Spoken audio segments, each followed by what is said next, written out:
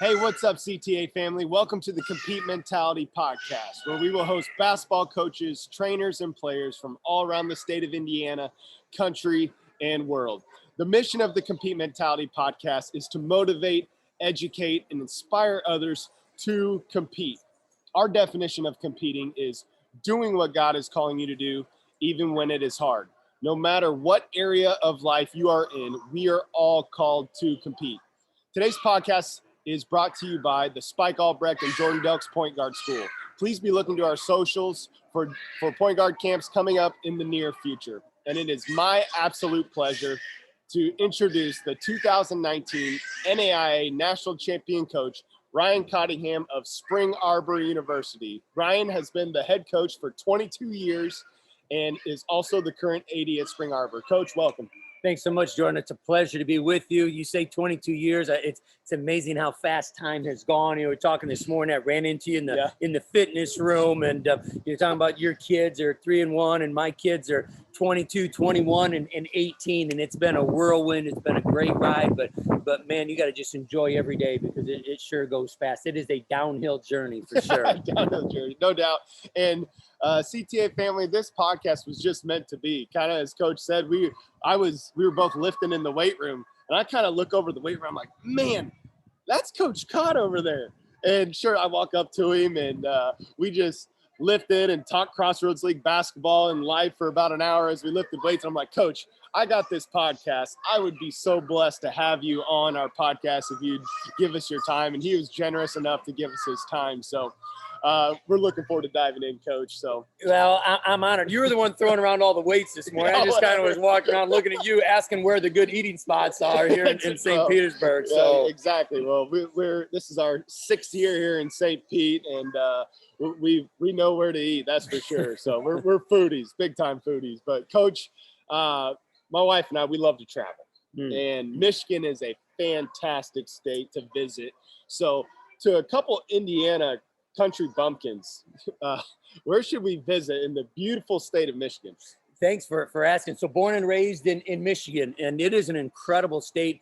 Whether you want to go all the way up to the UP, which it truly is God country, going to get away from people, the UP, there's, snowmobilers in the wintertime. Of course, I think they have snow probably 8-9 months out of the year. But what I think is so spectacular is the west side of the state, which is Lake Michigan, of course, all along that coastline. As we come down here to Florida for the beaches in the sun in the summertime, the west side, when I think about Petoskey and Traverse City and Sleeping Bear Dunes, and you have Grand Haven, Holland, South Haven, Saugatuck. I mean, it's absolutely gorgeous. And if you like the water, you like the beach, it's incredible. Michigan is a phenomenal state, and I know a lot of people come up and get to that west side in the summertime. Absolutely. We visited Holland last summer for the first time exploring Michigan.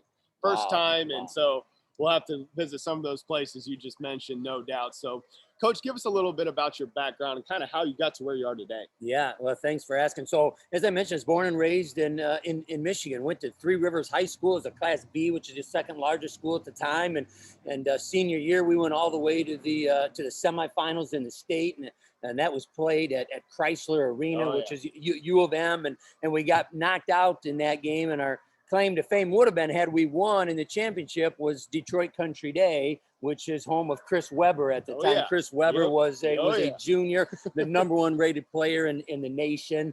Wow. And so it's pretty cool to be able to watch him play. I mean, you talk about a man amongst boys. It was pretty incredible. But I actually blew my knee out my senior year in football. Was able to come back and play basketball, had a large brace on it way back in 1990 is when that was. I went to a small community college, Kalamazoo Valley Community College, and what a gift it was. I played for Coach Dick Schultz, a man of strong faith who I admire and love dearly. And the older I get, the more I value and appreciate him for who he is and our relationship. Last summer, we got together and went fishing, and we're trolling for panfish. I like the bass fish, but just to spend time with him was invaluable. So I was blessed to play for him for 2 years. I ended up landing at Spring Arbor College at the time, knew nothing about it really, was 70 miles away from Three Rivers, and played for 2 years. Loved my experience there, played for for Doug Knoll, who's an Indiana guy, a Burn Yes. star, Yes. you know, right. from down there. Right. So I just talked to him a couple of days ago, and from there, I thought I wanted to be a high school teacher and coach, and that was kind of the trajectory that I was headed on. And it's amazing how God will shift our paths. And I ended up going up to Alma College as an assistant for $1,000. Coach Skaggs, who was the assistant at KVCC when I played there, was the new head coach at Alma College. And he said, come on up, I want you to be one of my assistants, Ryan. And so my wife and I jumped at that. And so for $1,000 a year for 3 years, so we're substitute teaching and we're getting by. And it was an awesome experience. Did my grad work at Central Michigan along with my wife. And then the assistant job opened up at Spring Arbor. And again, God opened doors. I always say it's who you know, the relationships you cultivate, and then timing. And so I was able to get hired as a math teacher at Jackson County Western High School. And I came down and for a year was the assistant coach at Spring Arbor. And then Coach Knoll was offered the IPFW job. He up and left. And here I am looking around thinking, are they going to give me a chance? I have enough experience. I'm looking, and fortunately, Coach Burbridge, who was the athletic director at the time, gave me the opportunity to be the head coach at Spring Arbor. And the rest is history, as they say. So here I, 22 years in, thinking, wow, how blessed I've been. It's been an amazing journey. I've learned so much, and grateful for the way God has blessed me and my family. No doubt. You can see God's fingerprints all over your story. And we always say in the basketball world, it's just such a small world. And when you say Dick Schultz and KVCC, I actually played with 3 teammates in college from KVCC, Nick Neal, Ryan Sisson, and Ryan Chambers. All 3 were really good players. Nick Neal's still playing overseas right now. And Michigan has an unbelievable junior college level of basketball. Wouldn't you say, Coach? Tell us a little bit about that. Well, absolutely. And if you've never competed or coached at the junior college level, you don't really realize how good it is, how unique community college basketball is for one. But the talent and the quality of coaches, it's outstanding. You mentioned Dick Schultz. I think of Mike Ingram, the longtime coach at Lansing Community College, Steve Smith, who's been at Mott Communities, won multiple national championships at Mott. So it is very good basketball. But in the state of Michigan, what's so challenging is you have community colleges, you have Division IIIs, Division IIs, NAIs, Division I. It is an extremely competitive market in terms of recruiting with all the quality schools and coaches and programs that there are. Yeah, no doubt about it. And Coach, what you didn't mention was you were the 2019 national champs at Spring Arbor University, winning the whole daggum thing. And what I want to know is what made your 2019 team so special that year, winning the whole thing? Just kind of walk us through that. Well, I love to reminisce and go back to that. It was really, really special, and I'm humbled and grateful to have been a part of that program. Spring Arbor, it was only our 3rd time in school history to qualify for the Division II national tournament. And the farthest Spring Arbor had ever gone was to the Elite 8. Coach Knoll, we talked about earlier, in 1997, led them to the Elite 8. And but before getting knocked out. And so no, you always have to have talent, of course, and you have to have talent that plays well together. And we had one of the premier players in the country, point guard Paul Marindet from Warsaw, Indiana, was just exceptional. And then the pieces that came together. I mean, the best leader that I've ever had the privilege of coaching, Jeff Beckman, who's now on our staff. The guy is special, is going to be an extraordinary coach, and I'm excited for what he's doing and the way God is using him. So he was our best leader. We just had a lot of pieces, and then we got hot at the right time. Right. We won a lot of close games early in the year. We learned how to win and trust each other. You get hot, and we play, we played 5 games in 7 days, and we play at an extraordinary high level. Brandon Durnell out of Fort Wayne Homestead led the charge in terms of, I think, averaged 25 a game in the tournament and 32 in the championship game against Oregon Tech. And so we had a bunch of unselfish guys that just worked hard and put their team ahead of themselves. And it was pretty magical. I mean, we were picked to finish 8th in the Crossroads League that season in the preseason poll. And so we finished, co-champs with Indiana Wesleyan, and of course Wesleyan, the power that they are. They had won it the year before in 18, and so certainly we're the favorite to win it again. But you just want to get in the dance. You get in the dance, sure. and anything is possible. Right. I mean, it's not we didn't have the most talented team. Maybe that year Marion may have had. I mean, the talent on Marion's team was unbelievable, Ridiculous. and so but.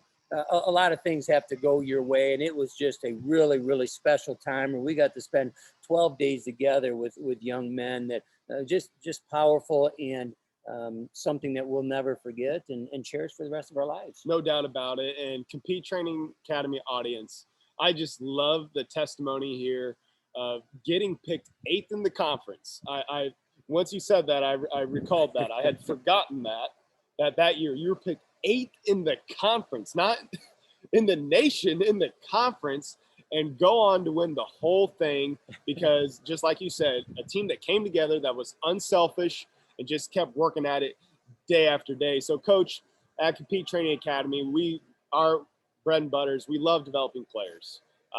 We love seeing young men and women grow to be mature men and women that chase after Jesus. And I just want to know kind of so being an assistant coach at Indiana Wesleyan, I'll be honest with you, I'm a closet Spring Arbor fan. Our staff loves loves you guys, loves the way you play.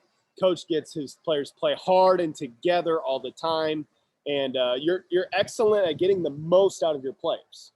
Kind of like you said, where you told me some recruiting stories already of getting different players that maybe some people overlook, but then they come to Spring Arbor and you get the most out of them and they reach their maximum potential. So I'm really curious to know your player development philosophy. When you get a player, just kind of what is your philosophy?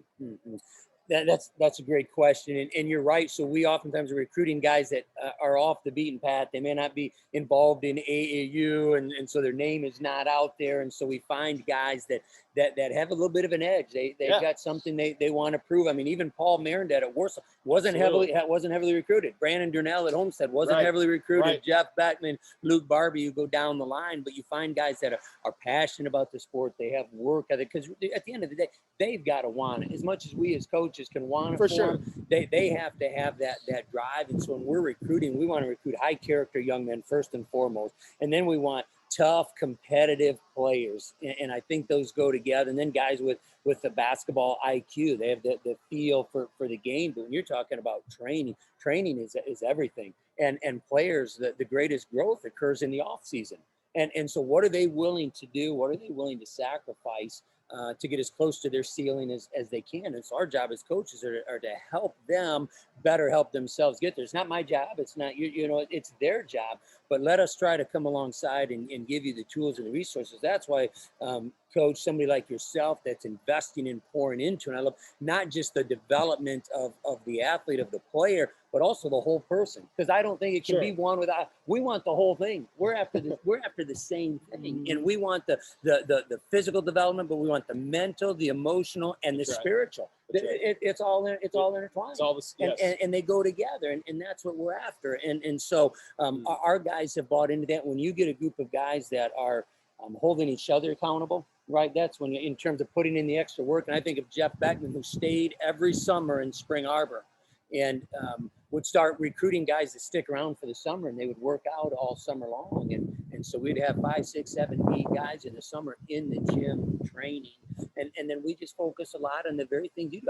We're all about fundamentals, all about player development. It's not all the X's and the O's. We say it's the Jimmys and the Joes. That's right. Fundamentals. It's not always what what's sexy. It's the dirty hard work. There are no shortcuts. That's right. And I love hearing that, Coach. And I probably have a lot of players right now that we need to talk about after this, but absolutely that would love to play for your program. And that's where I kind of want to take this conversation. And just as you've described already of how you're recruiting players off the beaten path a little bit, and just tell us what you're looking for when you recruit a player. I know I have some players listening to this podcast right now that are curious.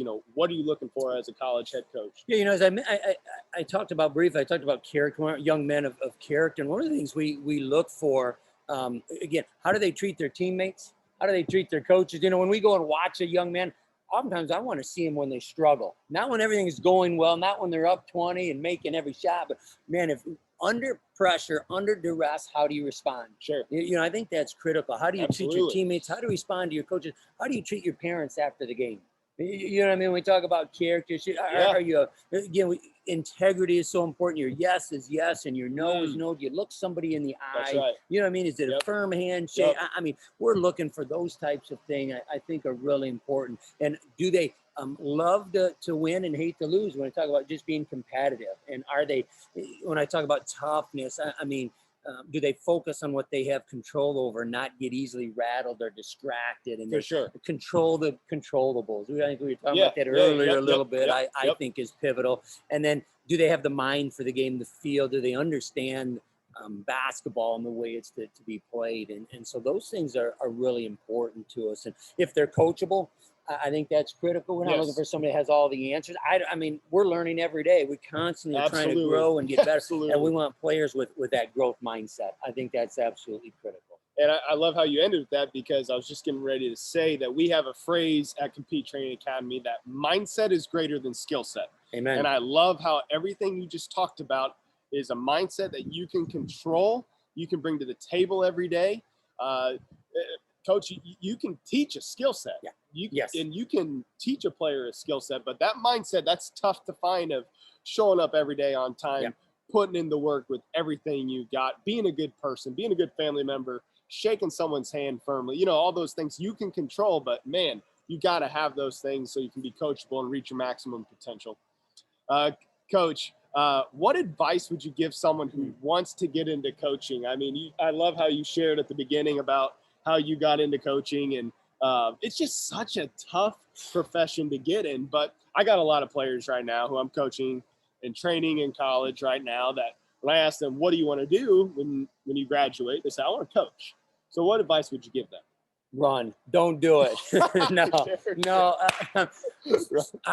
A couple of things I would mention, and I was fortunate enough when I first started, because you think you have all the answers, right? You think you got it all figured out, and you move over one chair and it's amazing how much you don't know. And I always say, surround yourself with good people. I think it's absolutely critical to surround yourself with a staff that's not a bunch of yes men. And I think John Maxwell talks about we're all incomplete leaders. We're all incomplete coach. And so I have strengths and weaknesses, and I need to find coaches, assistants that fill in the void, my weaknesses. Sure, I think that's really important. Yeah. And so when I talk about surrounding yourself with good people, not just assistants, but also we all need mentors. We need mentors in our lives. I mean, coaching mentors, personal mentors, spiritual mentors. I think we have to seek out relationships from people who are further along in their journey than we are, that can speak truth to us in love. I think that's absolutely crucial. And then we talk about, growth mindset for players and with your development. I think we have to constantly be evolving and getting better. And so I think you've got to read a lot. I think you constantly, again, have to be trying to grow and get better. You have to know who you are. And I think you have to have clarity in your vision and in your mission, your purpose. I think that's huge. And we talk often about calling. What are you called to do? Are you using your gifts and talents for, to honor and glorify Christ? Right. And we get to use basketball to impact lives and to do kingdom work. And we say winning is always a goal. It's never a purpose. It's not going to define us, right? It's something we're passionate about. But who we are, identity, is not in sport, whatever that is. It's not in our occupation. It's that's not where it's at. And so, surround yourself with great people. Have that growth mindset, constantly trying to get better. And man, you got to just persevere. You're right. It is really, really hard. It's very rewarding, but very challenging. And nothing good comes easy in it, right? That's and facts. So That's let's be honest about it. So, Coach, you lead a team of young men on the outside looking in, coaching at Indiana Wesleyan, and seeing you lead your men. Highly respect you and the way you lead your men. You're also the athletic director, so you're leading a lot of teams and coaches as well. I'm curious, this is off the script here. If you could choose one leadership quality that a big-time leader has to have, what would that one leadership quality be? I have to ask that. Yeah. I think humility is a really, really important characteristic, because again, you're part of something bigger than yourself, For sure. and you never want it to be about you, and you run your leg of the race for however long that is in whatever position, and ideally you want to pass the baton on better, a program better than what you found it. No doubt. And then you hope it goes further than what you did. But I never want to be a self-promoter. I mean, you just look scripturally and you think about Jesus and his humility that he had, I think was incredible, in the way he sacrificed and gave of himself. And I think so often in any profession, it can be very self-serving, and we live in a culture, it's me, and how do I get to the next, the bigger and the better, as opposed to, no, it's we, and how do we help people? That's right. I mean, how do we push and pull people? And I just think, putting me on the spot right there, I just think humility is just an absolutely critical component or characteristic of I think the truly great leaders, and those that I've read about and that I've had the privilege to know and talk with. They've been men of tremendous humility and just of high character. Yeah, no doubt. And I really appreciate you sharing that. And humility is mentioned in the Bible all the time. And Coach, I know that you're a believer, and your goal is to not win a national championship every year. That is not where you hang your success on. It is growing boys to become men that chase after God's heart. And that's why I respect you so much. And I'm just curious, as a man who seeks after the Lord's heart, what has the Lord been teaching you recently right now? Just Yeah, thanks, Jordan, for asking that question. And so, we've been talking about our kids today a little bit as we're catching up, and our youngest is 18, and my wife, Christy, and he's going to be moving on soon. And I'm hoping we'll be blessed to have the opportunity for him to come to Spring Arbor. And my oldest is graduating, and that was just a highlight, one of the highlights of my coaching career. Wasn't a star on the team or anything, but to be around him on a daily basis for 4 years was just really, really special. And I'm grateful for that opportunity. I talked about, I'm trying to read a lot. I was never a reader when I was younger, and I'm just trying to consume books and read some of Bob Goff's books. Love Does, and Everybody Always, and how to love everybody always. What that looks like, and how to be in tune with God and what He's calling you to do. And I feel I'm in the right place at the right time where God has called me to at this stage of my life. But I want to be in, because I think sometimes we get to a point where we become comfortable. Sure.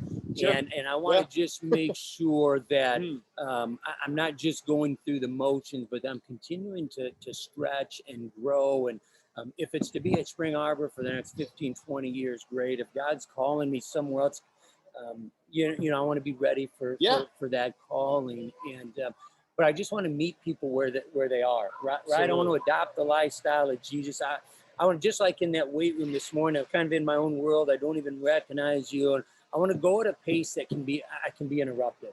Sure. You know what I mean? I think that's what Jesus did. He went at a pace he was always available. And I just want to be available. I want to be in tune with the moment. I want to be wherever I am. I want to be all there. And I think in this day and age with social media and all the phones, everybody's always half here. They're somewhere else. And I want to be, right now, I'm all here with you. And when I'm with my wife and son and friends a little bit later, I want to be all there with them. I don't always want to be somewhere else. And so I think just, again, humbling myself and sometimes I think as believers, it's like we know what not to do and we don't do it. No doubt. But oftentimes we avoid doing what we should do. Yeah. You know what I mean? And I want to be a risk taker. I think we have to be risk takers. I just started a book. It's In a Pit with a Lion on a Snowy Day. It's a little bit older, but great book. And I'm diving in. It's just so true, and it speaks to them. Sometimes, again, the whole, the commission, the sense of commission, the sense of mission. we don't go out because we don't want to be stretched, and so, you know, and that hurts. But I just feel, you know, God is nudging me to be bold in my faith. You know what I mean? Absolutely. And it's not just, it's easy to stand on the sides and judge other people and be critical, whether it's Indiana Wesleyan for cheating or whoever it is. I love that. I tell you, Coach Donegal and Clark, they're phenomenal. I have nothing but respect for all the Crossroads League, and the fact they picked us 8th shows how much that whole league really knows. Exactly. So heck with them. I mean, so but those are just some of the things that I'm wrestling with. And again, when you're young, you know, I want to get to retirement. No, there's just different phases of life and seasons of life. And the Bible doesn't talk about retirement. It's like, how do we use our gifts and talents to impact lives for the kingdom? That's really what we're after. To whom much is given, much is required. And so I just want to make sure that I'm being intentional. And I just feel like God keeps nudging me. And so I'm wrestling with that. You know, what are you trying to teach me, Lord? What are you asking me to let go of? What is it you want me to do? And to get quiet enough, long enough for the response. Absolutely, Coach. And so many times in that last answer, I was just getting chills of you talking about how the Lord is working in your life. And that tension, I believe that when you're wrestling of how far to push yourself, what's God calling you to do? Should I take this risk? That's a very healthy place to be. And what we would define at Compete Training Academy is competing. Do what God is calling you to do, even when it's hard. And Coach, I can't wait to go back and listen to this whole podcast again. And I really appreciate the time you gave us today. And I wish you the best of luck at Spring Arbor and your professional career. And I just appreciate the time you gave us today. Absolutely my honor and privilege. I love your energy. And anytime I get to talk about basketball, I get to talk about life, I get to talk about Jesus. Are you kidding me? Let's turn this thing off. You and I we'll be talking all day. Our wives will be looking like, where are these guys? So that's right. I'll just finish with this. You talk about coaching and advice and everything. Yeah. I would just end with this. I don't say it enough. I'm married to one of the most absolute incredible women in the world. We've been married for over 25 years, my wife, and the sacrifices she's made, and the way she's loved on our players, the way she's loved on our 3 children, because I think behind every good man is an incredible woman. And that, I mean, she's amazing, and I don't deserve her. And she's phenomenal because it's such a team effort, right? And so I'm out coaching, but without her, this isn't possible. So Christy, honey, if you watch this, and I'm hoping you're going to watch it, that's right. Thank you for who you are, for being the rock of our family and allowing us. This is because it's our ministry together is really what it is. And so we get to do this life together. No doubt about it. And I'm so glad you said that. Another cool story that brings up is, so I get done working out. Coach Cott's in there repping like 500 more reps than me. So I go across the street. I'm on coffee duty. And his wife, Christy's over there getting coffee. And she's on the phone. And I'm just waiting in line. And Christy actually came by the weight room and we got to meet. And I knew that she was first class when she said, "Hey, Jordan," like she remembered my name after just meeting me. She said, "Hey, Jordan," and she was on the phone with someone and said, "Hey, I've got to go real quick." And she hung up the conversation to say hello to someone who she just met and talked with me about what I did. And just like you were talking about earlier in the podcast, of being where your feet are at. Yeah. Be present where your feet are at. And that gives me chills to even tell that story. So Christy, thanks for impacting me today. That was really special. Coach, this was such a special podcast. I'm excited to see how the Lord's going to use your words to impact our audience. And Compete Training Academy family, always remember that competing is doing what God is calling you to do, even when it's hard.